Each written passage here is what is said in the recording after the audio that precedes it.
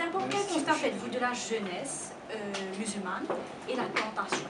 D'abord, avant de parler simplement sur la question de la jeunesse, on peut parler de la tentation en disant aujourd'hui que nous sommes dans un univers et l'île Maurice maintenant elle est à la croisée de beaucoup d'influences des civilisations. Il y a tout ce qui vient de l'Occident, l'américanisation en matière de culture, tout ce qui provient de l'Europe et qui a une très très forte présence ici. C'est vrai dans la consommation, c'est vrai dans les tenues vestimentaires, c'est vrai dans la musique, c'est vrai dans le cinéma. Et vous avez un autre versant qui est le versant indien, qui est asiatique, qui a aussi une énorme... on peut dire pratiquement que l'île Maurice, c'est là où Hollywood et Bollywood sont en compétition. Donc c'est vraiment le centre de la compétition de deux univers. Mais qu'est-ce que ça veut dire? Ça veut dire que ça multiplie par deux tout ce qui peut être la tentation vers la consommation, les cultures exogènes à l'île Maurice, des facilités. Ajouter à cela un moyen qui est à Maurice et qui fait le lien entre les deux univers de civilisation, c'est les nouvelles technologies. Internet, Facebook, tous les sites de musique et tout ceci. Donc on est aujourd'hui devant une multiplication des aires de tentation, au sens moral du terme. Ajouter à cela une multiplication des moyens pour y avoir accès. Et, troisième élément, une exposition aux moyens et aux aires de civilisation beaucoup plus rapide qu'elle ne l'a été dans le passé. Aujourd'hui, on a des jeunes de 10 ou 12 ans qui sont dans le travail, l'usage des technologies, peut-être mieux à même que de s'en servir que vous et moi. Donc, à partir d'un certain moment, peut-on continuer à tenir un discours sur l'islam qui soit strictement basé sur la conscience du halal et du haram, sans vraiment comprendre que face à des moyens aussi puissants, ce n'est pas la répétition de l'interdiction qui va nous protéger, mais c'est la compréhension de son sens. C'est pourquoi est-ce qu'on fait. Donc plus la tentation augmente, plus la compréhension est nécessaire. La nécessité de la compréhension se mesure à la force des tentations. Et donc quand vous avez des tentations comme celles qui sont le consumérisme, l'argent, la drogue, l'alcool, la sexualité, et puis les modes de vie qui ne sont pas vraiment les nôtres, qui sont en complète confrontation avec ce qu'on a reçu de nos parents, et à un moment donné, vous ne pouvez pas simplement dire à quelqu'un c'est interdit. Vous ne pouvez pas lui dire la musique est interdite, le cinéma est interdit, tout est interdit. Ça, c'est pas une éducation, c'est un emprisonnement. Il faut se méfier de l'éducation. L'éducation, c'est avoir les outils de rester libre. C'est pas rester enfermé en pensant qu'on est libre d'être... Je veux dire, l'éducation, c'est sortir de soi pour avoir les moyens de cette liberté. Et l'éducation qu'on propose à Maurice aujourd'hui est souvent une éducation emprisonnement. C'est-à-dire qu'elle pense que plus on a d'interdits, plus on empêche le mouvement et la pensée, plus on est protégé. En fait, c'est pas vrai parce que les moyens technologiques aujourd'hui rentrent exactement là où vous êtes, où vous pensez que vous êtes inatteignable. Donc il y a aussi beaucoup de musulmans qui s'engagent dans une course effrénée vers l'argent facile. Donc quel conseil Les musulmans ne sont pas différents des autres citoyens de l'île, c'est-à-dire que portés par cette culture de la consommation, certains sont portés vers l'argent facile, c'est la course au salaire, à l'argent facile par le jeu. Vous avez le jeu du hasard, voilà, c'est ça qui est... Et on est porté entre ceci et sur le plan religieux, on est porté à la superstition. Et vous remarquerez qu'il y a un point commun entre ces deux attitudes. Dans les deux cas, c'est le terme que vous avez utilisé, c'est la facilité. C'est-à-dire vouloir la facilité de gagner de l'argent, la facilité de s'en sortir, et la facilité de se déresponsabiliser. La superstition, c'est pas moi, c'est la magie, c'est des djinns, c'est au bout du compte des musulmans qui deviennent non pas des citoyens, pas des sujets, pas des êtres responsables, mais ils sont emportés par le mouvement de la consommation ou emportés par le mouvement de la superstition. Ce qu'on doit faire aujourd'hui, c'est de dire aux musulmanes et aux musulmans le message que vous portez, c'est un message de responsabilité, c'est pas un message consommation. C'est un message qui vous dit vous devez travailler pour gagner de l'argent, vous devez être solidaire pour être digne devant les êtres humains, que le meilleur d'entre nous, c'est quand même celui qui est le plus utile aux hommes, que l'argent facile n'est jamais un argent digne, qu'il faut garder la dignité dans tout ce qu'on fait, et puis d'un autre côté, il faut arrêter cette attitude de superstitieuse de penser que c'est soit les autres qui nous veulent du mal, soit des esprits qui sont malfaisants, et puis que finalement nous n'avons aucune responsabilité là-dedans. Sinon, votre avis sur la ligne de conduite des politiciens musulmans? Bah, écoutez, vous êtes dans un système politique qui joue beaucoup les communautés les unes contre les autres. C'est beaucoup dans l'influence. Vous avez un système qui reconnaît l'appartenance communautaire. Alors, si c'est pour promouvoir plus d'égalité, c'est bien. Mais si c'est pour jouer le jeu malsain, je suis bon, les musulmans doivent me considérer comme quelqu'un de bon parce que je suis musulman. Non. En islam, la compétence politique, c'est pas la filiation religieuse. La compétence politique, c'est de savoir si on est un bon politique. Et un bon politique, il a 3 caractéristiques que je répète depuis 18 ans que je viens ici. 1, c'est la compétence dans ce qu'il va faire. 2, c'est l'intégrité dans sa façon de servir, de répondre à son mandat. Et 3, c'est de servir le peuple. Donc, compétence, intégrité et service. Un politicien, c'est ça. Donc maintenant, on peut avoir de très bons politiciens qui ne sont pas musulmans et de très mauvais politiciens qui sont musulmans. Mais le système, parfois, pousse à l'appartenance.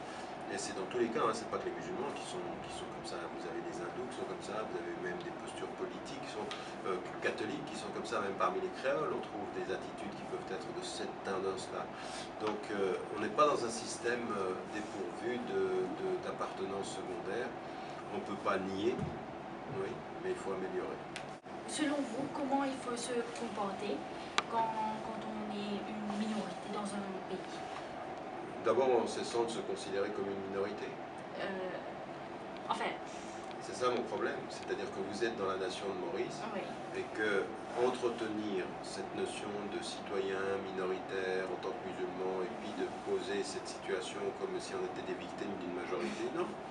Je pense que le discours musulman, le discours des citoyens mauriciens de confession musulmane ou de confession catholique ou de n'importe quelle confession, c'est de dire nous appartenons à la nation mauricienne.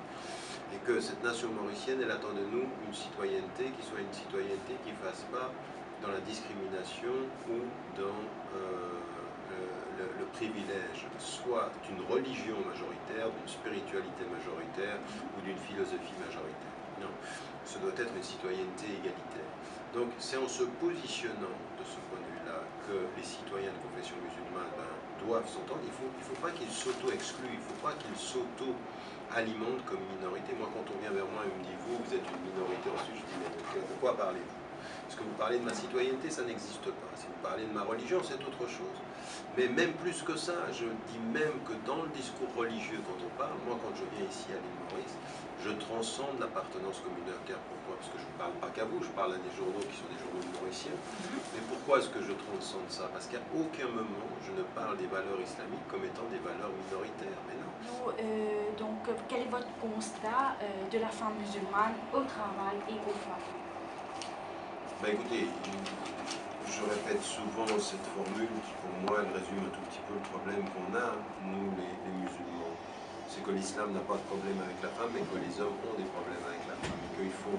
Le problème de la femme en islam, c'est l'homme. D'abord, et c'est elle-même. C'est l'homme, pourquoi? Parce que c'est des lectures très masculines, très patriarcales, qui répètent ce qui a été dit et qui ne tiennent pas compte du fait qu'une femme, elle doit avoir le droit à l'éducation, le droit à sa spiritualité et des droits sociaux qui sont égalitaires. C'est-à-dire qu'elle doit pouvoir jouir de tous les droits. Et il faut qu'on aille plus loin, c'est-à-dire qu'au travail, à compétence égale, elle doit avoir le même salaire. Et ça, c'est pas négociable. C'est-à-dire, on ne voit pas pourquoi une femme qui a les mêmes compétences qu'un homme, elle prendrait moins de salaire. Ça ne peut pas être. Donc il faut qu'on travaille là-dessus et qu'on comprenne aussi d'un point de vue islamique que quand elle gagne de l'argent, c'est dans la négociation avec son mari qu'elle participe au foyer ou pas. C'est une négociation parce qu'elle est maîtresse de son bien. Elle n'est pas dépendante de lui. Donc l'autonomie financière, c'est aussi quelque chose dont il faut qu'on parle. donc tout cet aspect-là de la femme sur la sphère publique, elle est importante. Au niveau de la famille, eh ben, il y a un moment donné où il faut qu'on aille très très profondément, et c'est pour ça que je vous dis que la femme est aussi responsable de son statut. Parfois elle répète ce qu'elle a reçu de ses parents, et elle entretient la discrimination, elle éduque ses filles comme elle a été éduquée elle, donc elle entretient ce régime discriminatoire. Elle ne connaît pas bien sa religion. Donc moi ce que j'aimerais dire aux femmes, au lieu de toujours vous plaindre d'être les victimes des hommes, au nom de l'islam, prenez l'islam pour être, au nom de l'islam, les égales des hommes. C'est ça, c'est un combat, il faut se lever, il faut avoir du courage, il faut se prendre en main. Et ça commence par l'éducation. Et puis ensuite, après, au niveau du foyer, c'est avoir une présence, comprendre que, par exemple, pour certaines, la polygamie, c'est pas du tout une fatalité, qu'une femme peut dire non à la polygamie, que la violence conjugale, ça n'est pas islamique et que le prophète, ne l'a jamais pratiqué, il n'a jamais frappé une femme, qu'il faut, pour ce qui concerne le ménage, demander à ses garçons de faire la même chose qu'à ses filles, qu'il faut au niveau de l'école ne pas faire pousser les garçons à l'école jusqu'à la fin et puis à faire arrêter les filles, au nom de quoi, d'autant plus que maintenant les filles quand elles sont scolarisées, font de meilleures performances que celles des hommes. Donc tout ça, mais tout ça, on peut le dire comme ça, de façon facile, mais au bout du compte, ça demande des femmes qu'elles se prennent en charge dans leur connaissance, dans leur engagement et dans la défense de ce qui est leur dignité. Donc, la semaine dernière, vous avez eu Mariam qui, dans son travail, dans sa réflexion, dans ses études, elle pousse dans ce sens-là. Et je pense que ça, c'est très important de le dire et de le répéter. Et par rapport au port de hijab, quel conseil avez-vous pour justement les femmes? Donc, je vous ai écouté un petit peu, donc vous avez parlé de c'est la liberté à la femme de porter si elle le veut ou comment elle le veut. Donc, alors, il y a trois choses qu'il faut dire. D'abord, quand on parle du foulard, d'abord moi je ne parle pas du voile, parce que le voile c'est le hijab, et le hijab dans le Coran n'est pas utilisé pour le fait de couvrir les cheveux. Ce qui est utilisé pour couvrir les cheveux dans le Coran, c'est le khimar. Et ça, c'est le vrai terme arabe. Ensuite, vous avez le niqab qui couvre la face. Moi, je ne pense pas que ce soit une obligation musulmane. Et donc, après, vous avez des gens qui sont formés en Arabie Saoudite qui parfois reviennent avec ça. Ça, c'est leur interprétation, c'est pas la mienne. Et ça, il y a débat. Maintenant, pour ce qui concerne le khimar, c'est une obligation et une prescription de l'islam. Ça, ce n'est pas discutable. Maintenant, ce qu'il faut qu'on comprenne et que les femmes comprennent de ce point de vue-là, c'est que ce qui est lié au khimar, qui est lié au foulard, c'est le principe de modestie. Le principe de modestie, il n'est pas simplement lié aux femmes, il est lié aux femmes et aux hommes. Et pour les femmes, c'est effectivement le fait de recouvrir leurs cheveux à partir de l'âge de la puberté. Et donc ça, c'est un autre principe, c'est que c'est un acte de foi qui doit venir avec le cœur, qui doit venir avec quand le cœur est prêt, quand l'intelligence le comprend, et que personne n'a à l'imposer. Et puis il faut que les femmes, de ce point de vue-là, elles fassent aussi un travail sur elles-mêmes. Elles ne peuvent pas non plus toujours être victimes du regard des autres. Il ne faut pas le porter parce que les autres nous regardent, mais il ne faut pas ne pas le porter parce que les autres nous regardent. Il faut le porter à partir du moment où le cœur est prêt, mais il faut s'y préparer, il faut s'engager spirituellement, il faut comprendre sa religion. Et après, c'est une question de pudeur, c'est une question d'être, c'est une question de présence. Et le porter, être présent sur la place publique, c'est ça ce qui est juste en islam. C'est pas être sur la place publique. Et c'est ça qui est tout à fait contradictoire, c'est que dans la place publique en Occident, on nous dit qu'il ne faut pas le porter pour être sur la place publique. En fait, il ne faut pas le porter à la maison, mais sur la place publique, c'est là où il faut le porter. Donc il faut qu'on normalise cette présence de la femme qui a toutes les compétences professionnelles, tout l'engagement qu'il faut pour pouvoir réussir, et en même temps, elle porte son foulard, elle agit avec la pudeur qui convient, mais elle est présente sur la place publique, elle ne disparaît pas. Porter le foulard, ça n'est pas disparaître sur la place publique, c'est apparaître, être visible sur la place publique, avec son éthique, avec sa pudeur et avec son engagement social.